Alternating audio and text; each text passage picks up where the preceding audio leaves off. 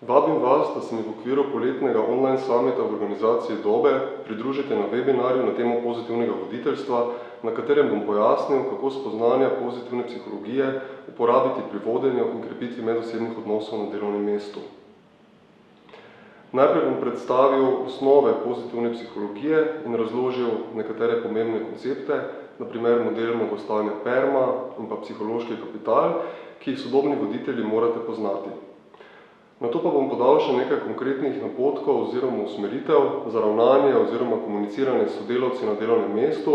skladno z znanstvenimi spoznanji pozitivne psihologije, ki lahko pomembno prispevajo k večji produktivnosti, k večjemu zadovoljstvu in k večji zavzetosti zaposlenih na delovnem mestu. Webinar je primeren tako za vodje, ki želite izpopolniti svoje vodstvene kompetence,